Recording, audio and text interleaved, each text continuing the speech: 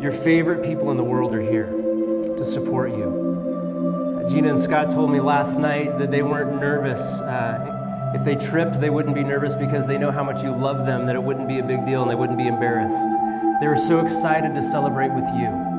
They're so excited that you would come and affirm the promises that they're making today.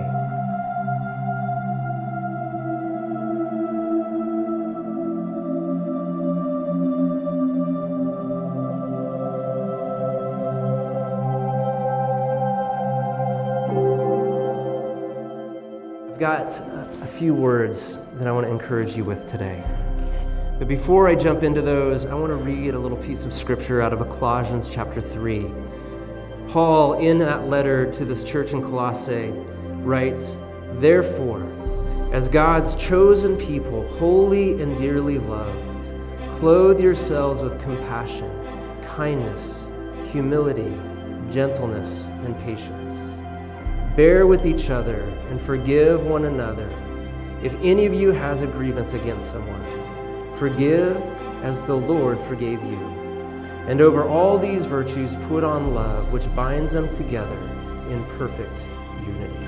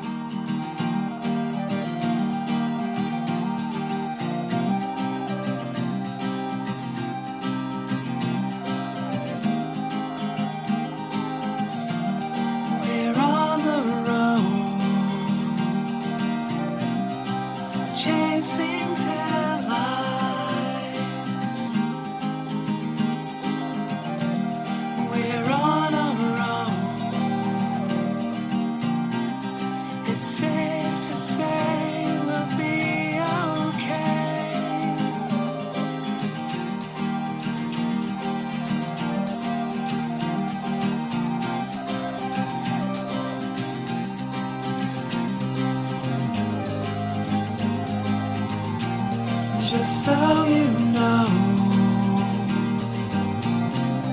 I'm pushing 90.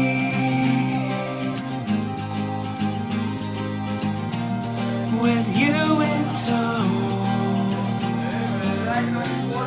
it's hard enough just to keep up.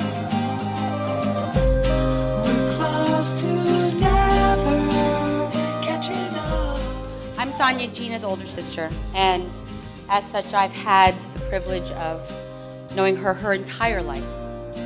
Gina's always had a gift for forming friendships and strong bonds, and her big smile and her infectious laugh is some of her most endearing qualities. I look at her and she's a terrific listener. She consistently follows through. She's so dependable. And I always marvel at the way that she's able to maintain friendships and relationships.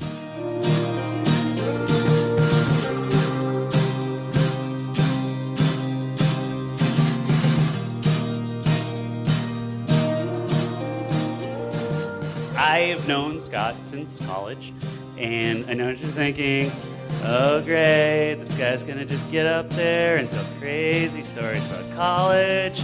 So one time in college, Scott and I were in our living room. Scott said, "Bobby, what do you want to do after college?" And I said, "Scott, I want to move to California." And Scott said, "Well, that sounds like a good idea. I'll go." And that's it. That's the story. That's story number one. So, but, okay, wait. We're close to never catching up. We see the signs in Philadelphia. It's from Alex. I love the lights in Philadelphia.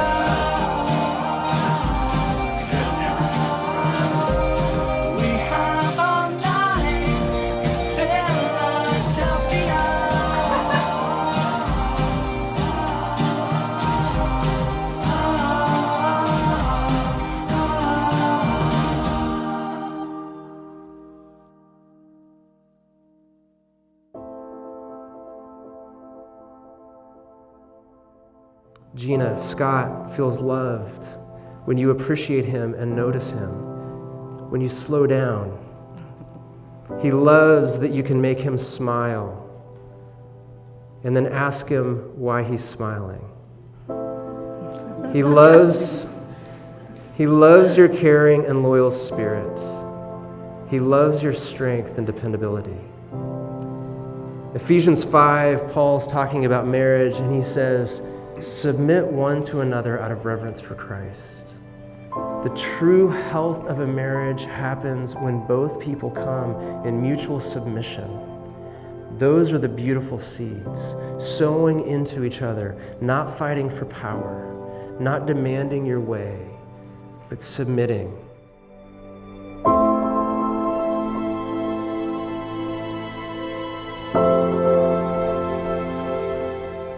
Gina loves how you attend to her, the way you listen, the way you ask questions and support her, the way you help, the way you're present with her. She loves your faithful and loyal heart. She loves your quick mind and the way that you think through things. She loves your sense of humor. Plant those seeds.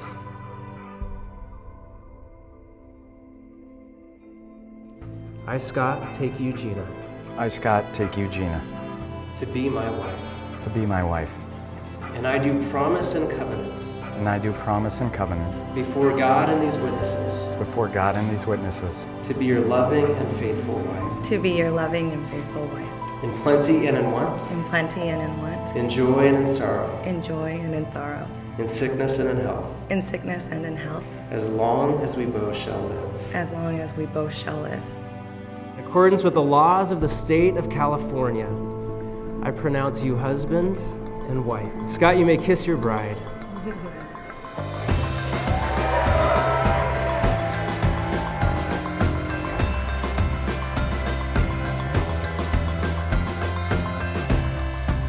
Saw the fire in her eyes. I could hear her heartbeat.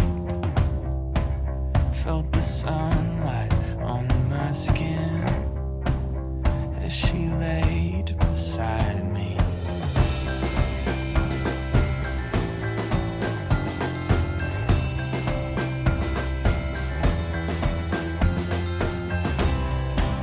Saw the heavens open up as it rained down on me. Can't remember what she said, but I could hear her heartbeat. I could hear her heartbeat.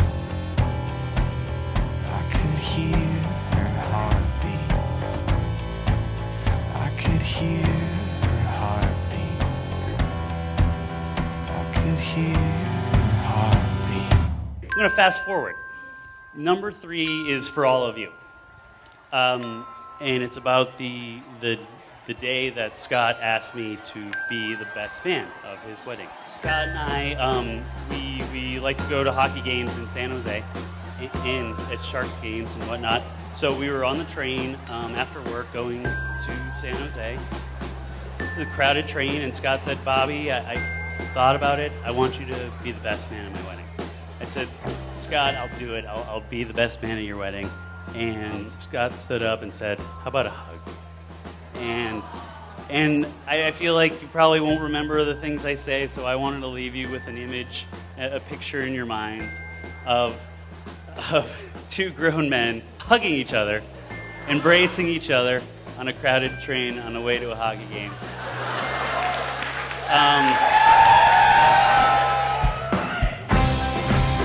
See the storm clouds up ahead. Say the words I miss you. I can't remember what you said, but I could feel your heartbeat. Hear the heavens open up as you lay beside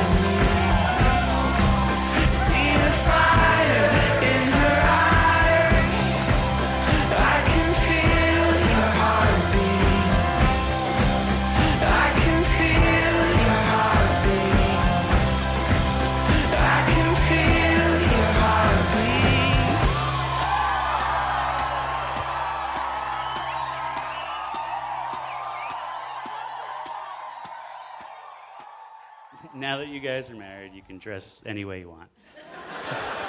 I know a good place to buy gray sweatpants.